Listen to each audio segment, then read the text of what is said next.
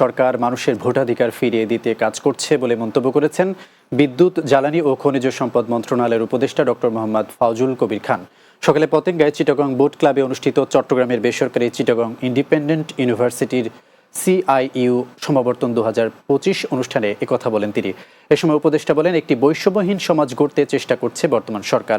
অনুষ্ঠানে CIUর বিভিন্ন অনুষদের মোট 2189 জন শিক্ষার্থীকে ডিগ্রি প্রদান করা হয়। অনুষ্ঠানে 14 জন শিক্ষার্থীকে তাদের স্ব প্রোগ্রামে অসামান্য কৃতিত্বে ফলস্বরূপ টপ অ্যাচিভার্স অ্যাওয়ার্ড প্রদান করা হয়। Rehabilitating their families of martyred students and citizens, providing treatment and rehabilitation for the wounded, reforming political and social and economic system, transferring power to an elected government through free and fair election. সংস্কারের দোহাই দিয়ে কোনো একটা শ্রেণীকে দল গোছানোর সুযোগ করে দেওয়ার চেষ্টা করা হলে তা জনগণ কোনোভাবেই মেনে নেবে না বলে মন্তব্য করেছেন বিএনপির স্থায়ী কমিটির সদস্য সালাউদ্দিন আহমেদ। চট্টগ্রাম মহানগর বিএনপি আয়োজিত আলোচনা সভায় তিনি এ মন্তব্য করেন। এ সময় এই বিএনপি নেতা বলেন, দেশের জনগণ ভোটের অধিকারের জন্য উদ্গ্রীব হয়ে রয়েছে। যত দ্রুত সম্ভব নির্বাচন দেওয়ার জন্য অন্তর্বর্তী সরকারের কাছে আহ্বান জানান তিনি।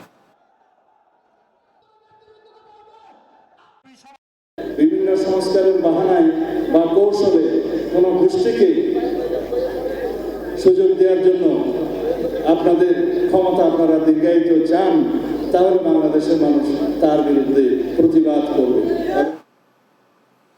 চট্টগ্রামে বর্ধিত মূল্য সংযোজন কর ভ্যাট 15% প্রত্যাহারের দাবিতে মানববন্ধন অনুষ্ঠিত হয়েছে। Bangladesh sweets manufacturers association Chattogram বিভাগের উদ্যোগে চট্টগ্রাম প্রেস ক্লাবের সামনে এই মানববন্ধন অনুষ্ঠিত হয়। মানববন্ধনে আগামী 7 দিনের মধ্যে এই বর্ধিত ভ্যাট প্রত্যাহার করা না হলে কঠোর আন্দোলনের হুমকি দেন সুইটস ম্যানুফ্যাকচারার্স অ্যাসোসিয়েশন নেতৃবৃন্দ। সংগঠনের সভাপতি শহীদুল্লাহ কুরাইশির সভাপতিত্বে এতে বক্তব্য রাখেন কফিল উদ্দিন, মোহাম্মদ আলম, আনোয়ারুল কিবরিয়া, আলাউদ্দিন সহ অন্যরা।